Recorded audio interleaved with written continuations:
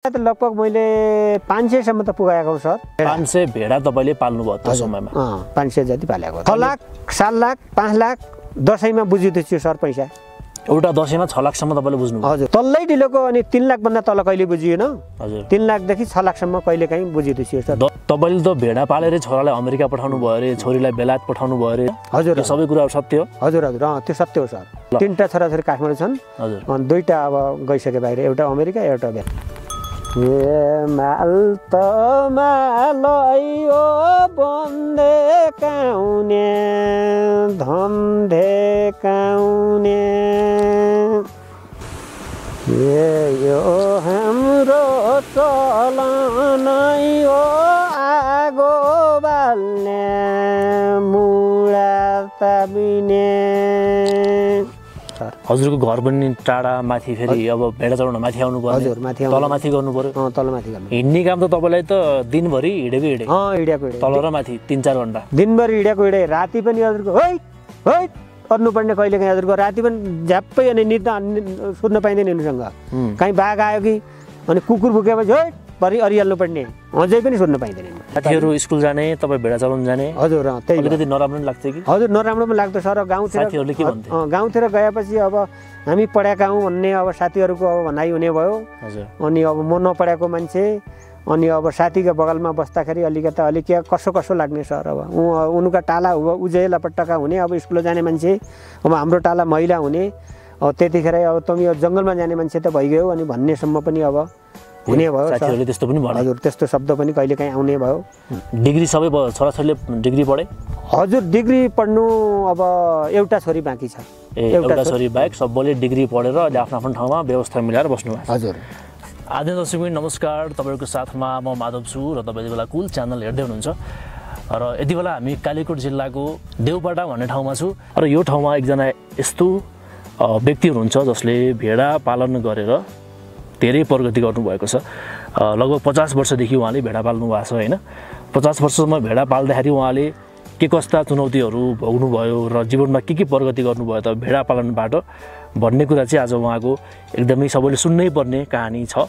उहाँको नाम रहेको छ नवीन शाही, जो कालीकोटकै स्थानीय बासिन्दा हुनुहुन्छ र बाँकी कुरा उहाँबाटै हामी बुझ्नेछौँ। तपाईँलाई स्वागत छ। धन्यवाद। अब हजुरको बारेमा भन्नु त छोटोमा। हजुर, नाम मेरो नवीन शाही। अब पहिल्यैबाट अब अनि अब यता 4 नम्बर वडा हो मेरो घर, अनि राजकोट नगरपालिकाको। हजुर कति वर्ष हुनुभयो भन्नु त? म अहिले 56 वर्ष भइगयो सर। म स्कुल जान पाउनु भएन? पाइएन सर। पाइएन कि मन लागेन? मन लागेन भनौँ, भनेपछि अब त्यही त पाइएन। अब स्कुल गइयो उतिखेर अब मास्टर अनि झोकानु हुँदो, अनि अलिकता अनि यसो लेख्नुपर्छ भन्नु हुँदो। अब मास्टर भइलाग्दो घर आइयो, अनि भेडा अब हेर्दाखेरि अब बुवाले भेडा पालेका छिए, भर्खर भर्खर जोडेका छिए, ती भेडै रहर लाग्यो। अनि स्कुलमा जानेका त्यो रहर लागेन, भेडा हेरियो सर। भनेपछि भेडा पालन तपाईँले नभएर तपाईँको बुवाको देखिको? हजुर, बुवाबाट व्यवसाय। हजुर, बुवाबाटको। बुवाको सिको तपाईँले गर्नु? हजुर। तपाईँलाई अब म पढ्दिनँ, भेडा पाल्छु, बुवाकै कामलाई मैले सहयोग गर्छु भन्ने सोच कसरी आयो? पढ्नुभन्दा स्कुलमा जानुभन्दा ठिकै छ, अब बुवाले गरेको खेती पनि त्यही हो, म पनि त्यही गर्नुपर्छ भन्ने मनमा आयो। अनि वनमा आउँदाखेरि यस्तै अब भेडा देखिए, अनि अब रहर लाग्यो बनाउनु जानु। तपाईँको साथीहरू के गर्थे? भेडा पाल्थे कि स्कुल जान्थे? साथीहरू त स्कुल जान्छे सर, मेरो साथीहरू सबै स्कुल जान्छे। मैले अनि भेडामा आइयो, अनि त्यहाँ भेडा पछि स्कुल जाउँला भन्दा भन्दै पछि भएन, अनि भेडै हेरियो। अनि त्यहाँबाट हेर्दा पछि कैयौँ बेरी भेडा रोगले मर्या, कैयौँ बेरी हजुरको अनि त्रिवेणी अनि पनि भिडाउँदा छडिएर लगभग हजुर 70 भेडा त्रिवेणी मर्या एकपटक। अनि त्यो पनि छोडिएन, अनि फेरि भेडा किनियो, अनि त्यहाँबाट अनि भेडैमा छोडिएन सर। अनि पाली साथीहरू स्कुल जाने, तपाईँ भेडा चलाउन जाने? हजुर। अब त्यतिखेर अब तमी जङ्गलमा जाने मान्छे त भइगयो, अनि भन्नेसम्म पनि अब हुने भयो। साथीहरूले त्यस्तो पनि भने? हजुर, त्यस्तो शब्द पनि कहिले काहीँ आउने भयो। अनि त्यो गर्दा हजुरको त्यतिखेर नराम्रो लाग्यो? हजुर, त्यतिखेर म पनि स्कुल पढ्नु पनि रहेछ भन्ने अलिअलि सोच आयो? तर पनि तपाईँले आफ्नो काम छोडिन सर। अब सोच त आइयो, अब मेरो सोच अब आयो त पनि ठिक छ, भोलि अब छोराछोरीलाई अब पढाउनुपर्छ भन्ने आयो सोच सर। अनि पछि अनि त्यहाँबाट केटाकेटी जन्मिया, केटाकेटी जन्मिसकेपछि सबैले अनि अब आफूले अब यो गरेँ त पनि भोलि छोराछोरीलाई यो गर्नु भएन। बुवाको अब लिङ्क मैले जोडेँ त पनि, तर मेरा छोराछोरीको यो लिङ्क नजोडियोस् अनि भनेर मैले पछि। तपाईँले त भेडा पालेर छोरालाई अमेरिका पठाउनु भयो अरे, छोरीलाई बेलायत पठाउनु भयो अरे, त्यसपछि बाँकी छोराछोरीलाई काठमाडौँ राखेर पढाउँदै हुनुहुन्छ अरे होइन? हजुर, यो सबै कुरा सत्य हो? हजुर हजुर, त्यो सत्य हो सर। ए ल 3टा छोराछोरी काठमाडौँ छन् हजुर अनि 2टा अब गइसके बाहिर एउटा अमेरिका एउटा बेला भेडा पाल्नुबाट पनि हामीले यति धेरै प्रगति गर्न सक्छौँ हजुर सकिन्छ सर सायद हुन त हजुरको अरू पनि मेहनत होला हैन भेडा पालन मात्रै पनि त नहोला अरू घरबाट पनि हुन्छ सर अरू खेतीबाट हुन्छ भैँसा पनि पालेकै हुन् सर घोडा पनि पालेकै हुन् अनि त्यो सबै गरेको यो तर बढी उत्पादन भेडाइबाट भेडाइबाट कस्तो थियो सुरुमा भेडा पालेर अब आम्दानी गर्दाखेरि हैन अप्ठ्यारोहरू के थियो अप्ठ्यारोहरू उतिखेर हजुरको यो ठाउँमा अनि खानेपिने अनि पाइँदैन अनि अलिअलि हाम्रो घरको खेती लगाएको मात्रै पाइने अछाममा भेडा लिँदाखेरि हजुर मगल छन्तिर लिँदा थियौँ अनि तोरमा काँधतिर पुनेपाटातिर अनि बिनाइक अनि भेडा त्यहाँतिर लिँदाखेरि हजुरको कहिलेकाहीँ घरकै सामल बोकेर पनि अनि त्यहाँ खानु पर्दो अनि तलमाको कि तलैबाट ल्याउनु पर्दो बिचमा अनि हड्डी अब छैन हाट छैन रोड छैन अनि दुःखै हुन्थ्यो सर त्यतिखेर अहिले त केही छैन भेडा पालन अहिले त सरल छ अहिले त गाडी रोड पुगिआएको छ चामल चाहिँथी पनि भेटिन्छन् अनि पसल चाहिँथी पनि छन् अहिले अनि त्यतिखेर अनि छिएन सर अनि लुगा लाउँ भने पनि त्यस्तो छिएन त्यतिखेर लुगा लाइनु पनि अलि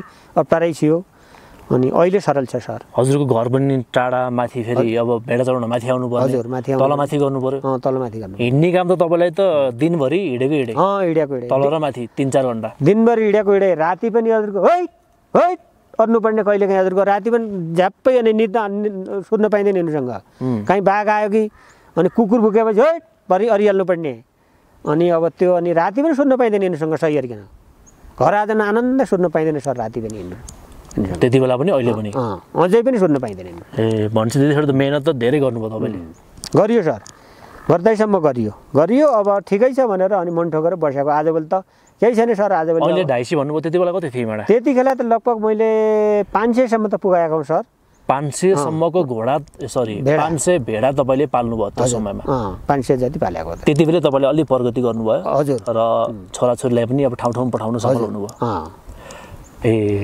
6 लाख 7 लाख 5 लाख दशैंमा बुझिदिन्छु सर पैसा एउटा दशैंमा 6 लाख सम्म तपाईले बुझ्नु हजुर त्यतिसम्म बुझिदिन्छु ए तल्लै ढिलोको अनि 3 लाख भन्दा तल कहिले बुझिएन हजुर 3 लाख देखि 6 लाख सम्म कहिले काहीँ बुझिदिन्छु सर दशैंमा ठ्याक्कै 6 लाख पाउँदाखेरि त हजुर ती सबै दुखहरू हजुर जंगल गएका तलमाथि हिडेका हैन हजुर भेडा पालन गर्दाखेरिका दुखहरू त बिर्सिन्थ्यो होला बिर्सिए अनि त्यसपछि जब ती पैसा अनि बुझिसकेपछि सर अनि मेरो साथीहरू पनि जो पढालेखी भएका साथीहरू हुन् उहाँहरू पनि हल्का ओहो उहिले भेडा पालेर हामीले उहिले खिच्यौँ त पनि तर अहिले ज्याउस उहिले पनि गरे प्रगति हुँदो रहेछ भन्ने उहाँहरूले पनि पछि मलाई अनि अलि ठिकै कुरा राख्नुहुन्छ पछि त जसले हजुरलाई स्कुल पढ्दाखेरि स्कुल पढ्न नआउने भेडा पाल्न जाने गोठालो भनेर जसले जिस्काउँथ्यो हजुर उहाँ जिस्काउने मान्छेले धेरै प्रगति तपाईको भयो पछि त हजुरको अनि मसँगै आउने कोही काम्लो चाहिए पनि अनि काम्लो दियाल भन्ने अनि हामी काम्लो भन्छौँ हजुरको हैन अनि लिउ चाहिए दियाल भन्ने अनि खसी चाहिए भनेपछि एक भेडो दियल भन्ने कहिलेकाहीँ पाठो दियल भन्ने पछि त उहाँले पनि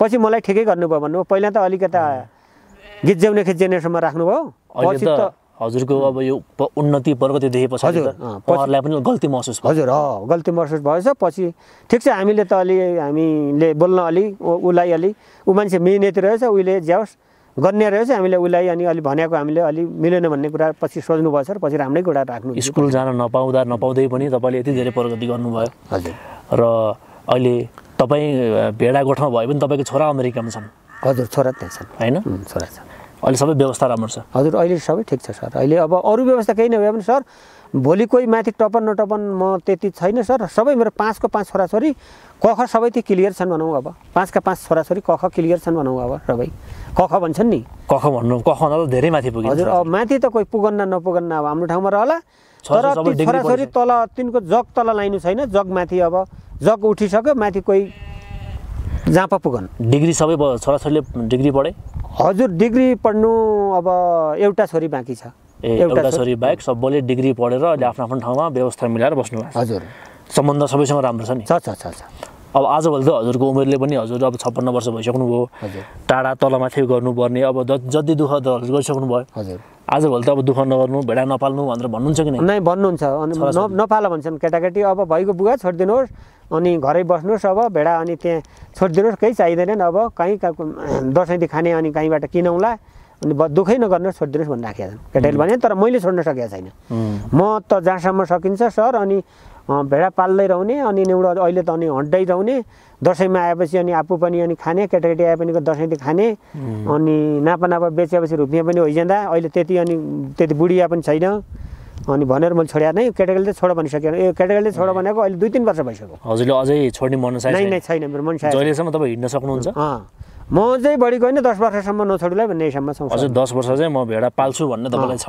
मेरो त्यो छ सर मेरो लगभग 65-66 वर्षको उमेरसम्म म भेडा पाल्छु त्योभन्दा पछि अब कस्तो हुन्छ उमेरले के भन्छ त्यसपछि अनि बसेँ होला अनि यो भेडा पालन बाहेक यो मुख्य पेसा त यही हो भन्नुभयो होइन हजुर यसबाहेक अरू पेसाहरू पनि केही गर्नुहुन्छ कृषि पेसामा अरू कृषि पेसा अहिले त पहिला त गर्दैन थियो सर अहिले त अब स्याउ खेती अनि अब यो ओखर खेती त्यो पनि छ सर अहिले लगभग अनि 1-1.5 सय जति स्याउका बुट्टा पनि हुन्न घरतिर अनि लगभग अनि 100 जति ओखरका बुट्टा पनि लगाएका छन् सरकार अब ती हुर्केपछि त्यताबाट पनि आम्दानी हुन्छ त्यताबाट पनि जब तपाईँले भेडा पाल्न सक्नुहुन्न छोड्नुहुन्छ हजुर त्यो समयमा त्यो रुखहरूबाट आम्दानी हुन्छ त्यो रुखबाट पनि हुन्छ त्यहाँसम्मको हजुरले सोचिसक्नुभयो त्यो पनि सोचेका छन् सोचेर घर वरिपरि हजुरको पुरै टन्न लगाइसकेका छन् घर वरिपरि लगाएर एक ठुलै अनि घरको वरिपरि अनि ओल्लो भेगमा अनि अर्कोबाट अनि दोस्रोबाट जग्गा किनेरै अनि त्यो भेगमा पुरै ओखर लगाइसकेका छन् सर छोराछोरीलाई पढाउनु पर्छ अनि अब अमेरिका जस्तो ठाउँमा पठाउनु भएको छ होइन त्यो ठाउँमा पुर्याउनु पर्छ भन्ने